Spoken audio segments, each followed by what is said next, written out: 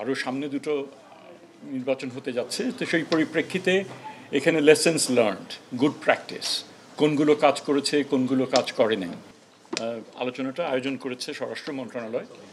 আমাদেরকে ওনারা আমন্ত্রণ জানিয়েছেন। একই সাথে সাথে মানে মূলত যে অভিজ্ঞতা কি হলো, দুটো বিশ্ববিদ্যালয়ে নির্বাচন হয়েছে এবং যে কারণেই হোক এই বিশ্ববিদ্যালয়ের যে নির্বাচনগুলো একটা জাতীয় ইন্টারেস্টে পরিণত হয়েছে।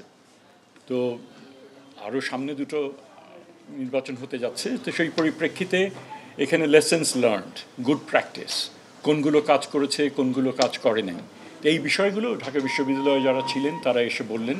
আমরা জাহাঙ্গীরনগরকেও তারা মানে আমন্ত্রণ জানিয়েছিলাম আসার জন্য, কিন্তু আজকে তাদের যারা নির্বাচিত যে হয়েছে যারা হয়েছেন তাদের সম্ভবত আজকে তাদের সোয়ারিং ইন সেরেমনি, সেজন্য তারা এটা অল্প নোটিসে করা হয়েছে বলে তারা সেটা আসতে পারেনি।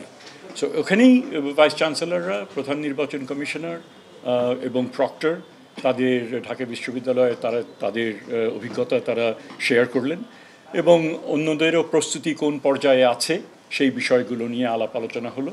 বিভিন্ন আইন প্রয়োগকারী সংস্থার প্রতিনিধিরা ছিলেন যাতে একটা সুষ্ঠুভাবে নির্বাচন হয়, দুটো নির্বাচন সুষ্ঠুভাবে হয়, সেই প্রক্রিয়াগুলো একটুখানি জানা এবং কোনগুলো আরেকটু ভালো করে করতে হবে সেই বিষয়গুলো নিয়ে আলাপ আলোচনা হয়েছে। আমাদের এটুকুই এখানে আমরা হোম মিনিস্ট্রির আহ্বানে বা আমন্ত্রণে বলেন আমরা এসেছি এবং অশেষ ধন্যবাদ। আমার মনে হয় খুবই ফ্রুটফুল একটা আলাপ আলোচনা এখানে